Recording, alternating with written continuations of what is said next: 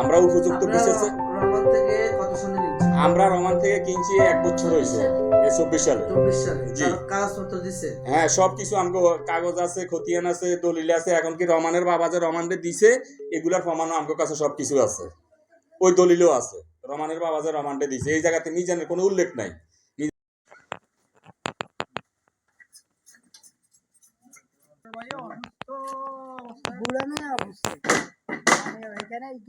করতে পারো নাহলে করতে পারো না। আচ্ছা ঠিক আছে, ঠিক আছে, অসুবিধা নেই। দোনো কপি নিয়ে আইছি। দলিল করছেন নাকি? সব